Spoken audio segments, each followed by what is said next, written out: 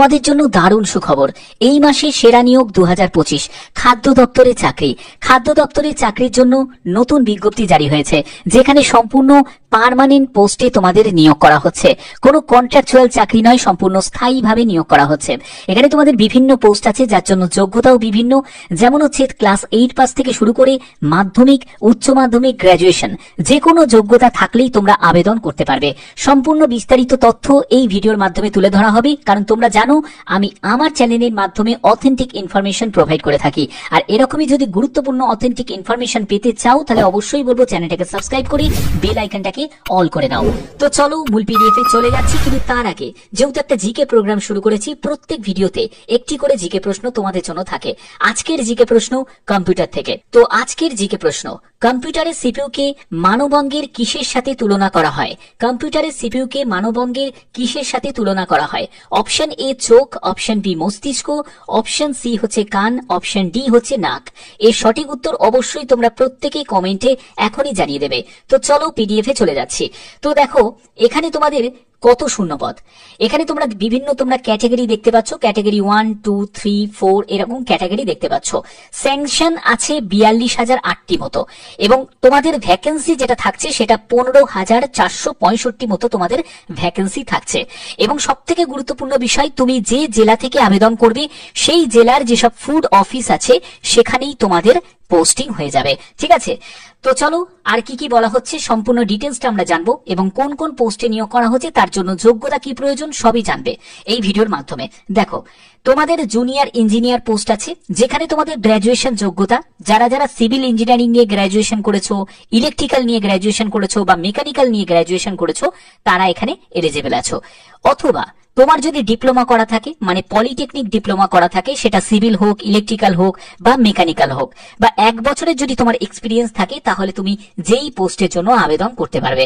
Manager পোস্টের জন্য তোমাদের যোগ্যতা হলো, এখানে গ্র্যাজুয়েশন যোগ্যতা প্রয়োজন 60% নাম্বার নিয়ে। তবে SC ST যারা ফিজিক্যাল হ্যান্ডিক্যাপ্ট আছো তারা 55% নাম্বার পেলেও অ্যাপ্লাই করতে পারবে। পরবর্তী হচ্ছে তোমাদের ম্যানেজার অ্যাকাউন্টস, এখানে CA, ICWA বা CS যদি যোগ্যতা থাকে, বা বিকম যদি তুমি পাশ করে থাকো, বা সঙ্গে যদি তোমার পোস্ট গ্রাজুয়েট ফুল টাইম যদি MBA ডিগ্রি যদি করা থাকে, বা 2 বছরের ডিপ্লোমা করা থাকে, তারাও এখানে এলিজিবল আছে। ঠিক আছে, ম্যানেজার হিন্দি, দেখো এখানে মাস্টার ডিগ্রি তোমাদের যোগ্যতা, হিন্দি নিয়ে অবশ্যই তোমাদের মাস্টার ডিগ্রি থাকতে হবে। স্টেনোগ্রাফার গ্রেড 2 পোস্ট আছে, যেখানে গ্র্যাজুয়েশন যোগ্যতা, যে কোনো শাখায় গ্র্যাজুয়েশন।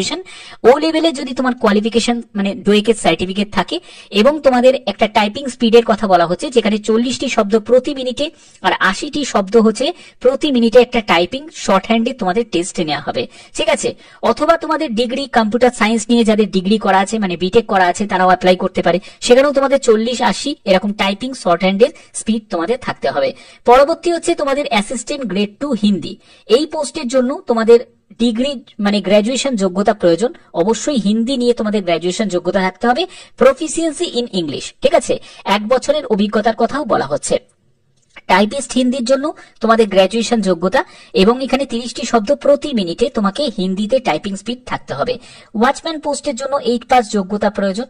যারা যারা মাধ্যমিক পাশ করেছো, যারা উচ্চ মাধ্যমিক পাশ করেছো, বা যারা গ্র্যাজুয়েশন করেছো, তারাও কিন্তু এখানে এলিজিবল, মানে এই ওয়াচম্যান পোস্টের জন্য। এবার তোমাদের অ্যাসিস্ট্যান্ট গ্রেড 3 এই পোস্ট জেনারেলের জন্য, এখানে যে কোনো শাখায় গ্র্যাজুয়েশন হলেই তোমরা আবেদন করতে পারবে। প্রফিসিয়েন্সি ইন ইউজ কম্পিউটার, অর্থাৎ কম্পিউটারে যদি তোমার বেসিক নলেজ থাকে, তাহলেও তোমরা আবেদন করতে পারবে, তোমরা এলিজিবল আছো। এবার অ্যাসিস্ট্যান্ট গ্রেড 3 অ্যাকাউন্টস, এই পোস্টের জন্য বিকম পাস যোগ্যতা প্রয়োজন এবং কম্পিউটারে বেসিক নলেজ থাকতে হবে। তারপরে অ্যাসিস্ট্যান্ট গ্রেড 3 টেকনিক্যালের জন্য তোমাদের BSc এগ্রিকালচার নিয়ে যদি যোগ্যতা থাকে, আবেদন করতে পারো। বা তোমাদের যদি BSc তোমাদের বটানি, জুওলজি, বায়োটেকনোলজি এইসব নিয়ে যদি তোমাদের যোগ্যতা থাকে, তাহলেও তোমরা আবেদন করতে পারো। এর পরবর্তী পোস্ট হচ্ছে অ্যাসিস্ট্যান্ট গ্রেড 3 ডিপোর্ট। এই পোস্টের জন্য হচ্ছে যে কোনো শাখায় গ্র্যাজুয়েশন যোগ্যতা থাকলেই আবেদন করা যাবে, with proficiency in use computer, অর্থাৎ কম্পিউটারে একদম বেসিক নলেজ তোমাদের চাইছে। ওকে, তো এই হচ্ছে তোমাদের যোগ্যতা। যদি এই যোগ্যতা থাকে, তাহলে প্রত্যেকে তোমরা এখানে এলিজিবল আছো। এবার তোমাদের এখানে এজ লিমিট কি প্রয়োজন, দেখো ম্যানেজার পোস্টের জন্য 18 থেকে 28 বছর, ম্যানেজার হিন্দির জন্য 18 থেকে 35 বছর, তারপরে যেই পোস্টের জন্য 18 থেকে 28 বছর, স্টেনোগ্রাফার গ্রেড 2 এর জন্য 18 থেকে 25 বছর, টাইপিস্ট হিন্দির জন্য 18 থেকে 25 বছর, ওয়াচম্যান পোস্টের জন্য 18 থেকে 25 বছর, এফসিআই অ্যাসিস্ট্যান্ট গ্রেড 3 এর জন্য 18 থেকে 27 বছর, অ্যাসিস্ট্যান্ট গ্রেড 3 হিন্দির জন্য 18 থেকে 28 বছর। এই হচ্ছে তোমাদের এজ লিমিট। এর উপর কিন্তু তোমরা রিল্যাক্সেশন পাবে। দেখো কারা কারা রিল্যাক্সেশন পাচ্ছে, যেমন হচ্ছে এসসি এসটি যারা ক্যান্ডিডেট তারা 5 বছর রিল্যাক্সেশন পাবে, ওবিসিরা বয়সে 3 বছর রিল্যাক্সেশন পাবে, যারা পিডব্লিউবিডি ক্যাটাগরি থেকে বিলং করছো তারা 10 বছর, 13 বছর, 15 বছর বিভিন্ন ক্যাটাগরি ওয়াইজ তোমরা রিল্যাক্সেশন পেয়ে যাবে। পরবর্তী হচ্ছে তোমাদের বেতন। দেখো বেতন লেভেল যথেষ্ট ভালো, কারণ তোমরা জানো এটা একটা সেন্ট্রাল গভর্নমেন্টের চাকরি। তো যেহেতু এফসিআই থেকে এই নিয়োগটি করা হচ্ছে, তো তার জন্য তোমাদের বেতন লেভেল যথেষ্ট পরিমাণে ভালো থাকছে। এবং এখানে দেখো তোমাদের 6 মাসের একটা ট্রেনিং পিরিয়ড থাকবে। ট্রেনিং পিরিয়ডের পরেই তোমাদের দেখো বেসিক পেই হচ্ছে 40,000 টাকা, ঠিক আছে। এবং তোমাদের পরবর্তী যা যা তোমাদের থাকবে সেখানে তোমাদের 71,000 টাকা মতো অ্যারাউন্ড তোমাদের থাকছে টোটাল মান্থলি স্যালারি। এগুলো কিন্তু বিভিন্ন পোস্ট অনুযায়ী ব্যাপারটা কিন্তু ভ্যারি করবে, ঠিক আছে। এবার হচ্ছে তোমাদের সিলেকশন প্রসেস। সিলেকশনের জন্য প্রথমে কি হবে, একটা ফেজ 1 হবে, যেটা অবজেক্টিভ টাইপের তোমাদের প্রশ্ন থাকবে, মাল্টিপল মানে এমসিকিউ টাইপের প্রশ্ন থাকছে। প্রতিটি প্রশ্নের মান হচ্ছে 1 করে, 0.25 মানে 1/4 হচ্ছে নেগেটিভ মার্কিং থাকছে, অর্থাৎ 4টে প্রশ্নের ভুলের জন্য 1 নম্বর কাটা যাবে। ওকে, তো এখানে বলছে phase 1 will not be factored into the final merit list, অর্থাৎ ফেজ 1টা জাস্ট কোয়ালিফাইং নেচার, ঠিক আছে। তো ফেজ 2 যেটা থাকবে সেটাই কিন্তু তোমাদের চূড়ান্ত যে মেরিট যেটা তৈরি হবে সেটা কিন্তু সিলেকশনের জন্য ফেজ 2টা খুব ইম্পর্টেন্ট। তো ফেজ 1 এর ক্ষেত্রে কোয়ালিফাইং নেচারে দেখো ইংলিশ ল্যাঙ্গুয়েজের উপর 25 কোশ্চেন, 25 মার্কস থাকবে, 15 মিনিট সময় থাকছে। রিজনিং এর উপর তোমাদের 25 কোশ্চেন, 25 মার্কস, 50 মিনিট সময় থাকছে। নিউমেরিক্যাল অ্যাপটিটিউডের উপর 25 কোশ্চেন, 25 মার্কস। জেনারেল স্টাডিজ এর উপর 25 কোশ্চেন, 25 মার্কস। 100 কোশ্চেন, 100 মার্কসের পরীক্ষা হচ্ছে। টোটাল তোমাদের 60 মিনিটস থাকছে, 15 মিনিটস করে সেপারেট ভাবে টাইম ডিস্ট্রিবিউট করা আছে। এর পরবর্তী তোমরা চলে যাবে ফেজ 2। এই ফেজ 2টা কিন্তু খুব ইম্পর্টেন্ট। এই ফেজ 2 এর উপর ডিপেন্ড করেই কিন্তু তোমার এখানে চাকরিটা নির্ভর করছে, ঠিক আছে। তো ফেজ 1 যেহেতু একদম কোয়ালিফাইং নেচার, ফেজ 2টা কিন্তু খুব ইম্পর্টেন্ট হয়ে যাচ্ছে। তার জন্য ইংলিশ ল্যাঙ্গুয়েজ দেখো তোমাদের 25 কোশ্চেন, 25 মার্কস। এখানেও কিন্তু এমসিকিউ টাইপেরই প্রশ্ন থাকবে, 20 মিনিটস সময় থাকছে। রিজনিং এর জন্য তোমাদের 25 কোশ্চেন, 25 মার্কস। নিউমেরিক্যাল অ্যাপটিটিউডের উপর 25 কোশ্চেন, 25 মার্কস। এবং তোমাদের দেখো জেনারেল স্টাডিজ এর উপর এখানে কিন্তু তোমাদের ভাগ করা আছে, হিস্ট্রি, জিওগ্রাফি, ইকোনমিকের উপর 25 কোশ্চেন থাকবে, জেনারেল সায়েন্সের উপর 10 কোশ্চেন থাকবে, কারেন্ট অ্যাফেয়ার্স এর উপর 5 কোশ্চেন থাকবে, কম্পিউটারের উপর 5 কোশ্চেন থাকবে। টোটাল 45 কোশ্চেন তোমাদের থাকবে। 45 মার্কসের পরীক্ষা হচ্ছে এবং 30 মিনিটস এখানে তোমাদের সময় দেয়া আছে। তো টোটাল 120 কোশ্চেন, 120 মার্কসের পরীক্ষা হচ্ছে, 90 মিনিট সময় পাচ্ছ। এরপরে তোমরা পেপার 2 তে চলে যাবে, যেখানে দেখো এখানে বলছে পোস্ট স্পেসিফিক, অর্থাৎ যে পোস্টের জন্য আবেদন করছো সেই পোস্টের উপর স্পেসিফিক তোমাদের প্রশ্ন থাকবে। তবে অ্যাসিস্ট্যান্ট যে পোস্টগুলো আছে সেই অ্যাসিস্ট্যান্ট পোস্টগুলোতে কিন্তু এটা তোমাদের থাকবে না। এই যে পোস্ট স্পেসিফিক যেটা প্রফেশনাল নলেজ, এটা কিন্তু থাকবে না অ্যাসিস্ট্যান্ট পোস্টের জন্য, ঠিক আছে। স্টেনো পোস্টের জন্য থাকবে না, ওয়াচম্যানের জন্য থাকবে না। তারপরে দেখো পেপার 3, এটা শুধুমাত্র স্টেনোর জন্য আছে, ঠিক আছে। তো আশা করছি এই জায়গাগুলো তোমাদের কাছে ক্লিয়ার হয়ে গেছে। এবার হচ্ছে পরবর্তী তোমাদের অ্যাপ্লিকেশন ফিস। দেখো ইউআর ওবিসি ইডব্লিউএস, এটা হলো যারা যারা ম্যানেজার পোস্টের জন্য আবেদন করবে তাদের ক্ষেত্রে 800 টাকা আবেদন মূল্য লাগবে। এসসি এসটি পিডব্লিউবিডি এবং ফিমেল ক্যান্ডিডেটদের কোনো আবেদন মূল্য লাগবে না, ঠিক আছে। এর পরবর্তী তোমরা যদি অ্যাসিস্ট্যান্ট গ্রেড 3 এই পোস্টের জন্য যদি আবেদন করো, তোমার এখানে SC ST PWBD, ex serviceman, woman candidate এদের ক্ষেত্রে আবেদন মূল্যে ছাড় আছে। বাদবাকি যেসব ক্যান্ডিডেট আছো, মানে জেনারেল প্রার্থী যারা আছো, যারা ইডব্লিউএস প্রার্থী আছো, যারা ওবিসি প্রার্থী আছো, তাদের ক্ষেত্রে 500 টাকা আবেদন মূল্য লাগবে। অবশ্যই যারা মেল ক্যান্ডিডেট তাদের ক্ষেত্রে লাগবে। ওকে, ক্লিয়ার হয়ে গেল।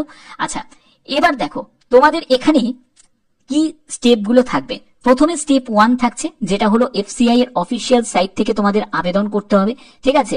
এবং তোমাদের কমপ্লিট রেজিস্ট্রেশন করতে হবে, রেজিস্ট্রেশন প্রসেসকে তোমাকে কমপ্লিট করতে হবে। সাকসেসফুল রেজিস্ট্রেশন করার পরেই তুমি একটা রেজিস্ট্রেশন নাম্বার এবং পাসওয়ার্ড তুমি পেয়ে যাবে, যেটা তোমাদের জেনারেট হবে, যেটা ফিউচার রেফারেন্সে তোমার লাগবে। তারপরে তোমাদের ডকুমেন্টস আপলোড করতে হবে, যেখানে ফটোগ্রাফ, সিগনেচার এগুলো তোমাদের আপলোড করার অপশন পাবে। এডুকেশনাল ডিটেলস তোমাদের দিতে হবে, প্রিভিউ ইওর অ্যাপ্লিকেশন। তারপরে once your verify application application, তারপরে তুমি ক্লিক ফাইনাল সাবমিট বাটন এবং প্রসিড টু মেক পেমেন্ট, অর্থাৎ আবেদন মূল্য জমা করা তোমাদের অপশনটা তোমরা পেয়ে যাবে। তারপরে আবেদন মূল্য জমা দেওয়ার পরে after successful payment application process will be completed, অর্থাৎ অ্যাপ্লিকেশন প্রসেসটা তোমাদের কমপ্লিট হয়ে যাবে এবং বলছে যে confirmation mail or message on your registered mail ID এবং ফোন নাম্বারে তোমরা সেটা পেয়ে যাবে। তো এই হচ্ছে তোমাদের স্টেপ। এই স্টেপগুলো তোমাদের ফলো করতে হবে আবেদন করার জন্য। আশা করছি বুঝতে পেরেছো। এবার এখানে কি কি ডকুমেন্টস রিকোয়ার্ড আছে সেগুলো বুঝে নাও। দেখো, ফটোগ্রাফ লাগবে, যেমন ফটো আইডি প্রুফ লাগছে। তো দেখো, এখানে তোমাদের ভ্যালিড ফটো আইডি প্রুফ লাগবে, যেখানে আধার কার্ড, ভোটার কার্ড, পাসপোর্ট বা ড্রাইভিং লাইসেন্স যে কোনো একটি তোমাদের লাগছে। পাসপোর্ট সাইজের ছবি লাগবে, সিগনেচার লাগবে, এডুকেশনাল কোয়ালিফিকেশন, যে পোস্টের জন্য আবেদন করছো সেই পোস্টের যোগ্যতা অনুযায়ী তোমাদের এখানে সার্টিফিকেট, মার্কশিট তোমাদের লাগবে। ঠিক আছে, আমি ওয়াচম্যান পোস্টের জন্য তোমাদের অনেকেরই একটা প্রশ্ন নিশ্চয়ই থাকবে যে স্যার ওয়াচম্যান গ্রুপ ডি পোস্টের জন্য কি।